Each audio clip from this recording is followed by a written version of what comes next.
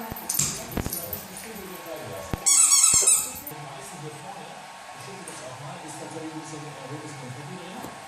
das wird natürlich mühsam mit einem Löffel oder aber dann, ich ahne schon,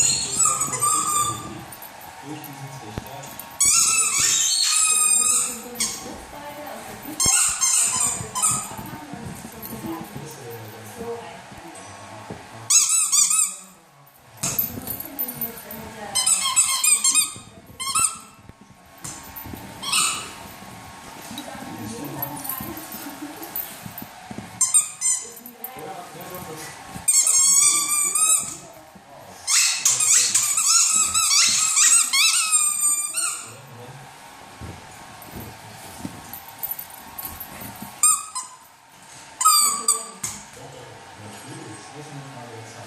So, Helium?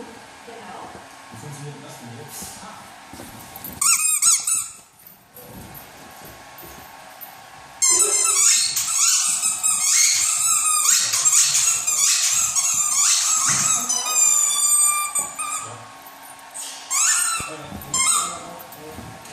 Aber ist das nicht dieses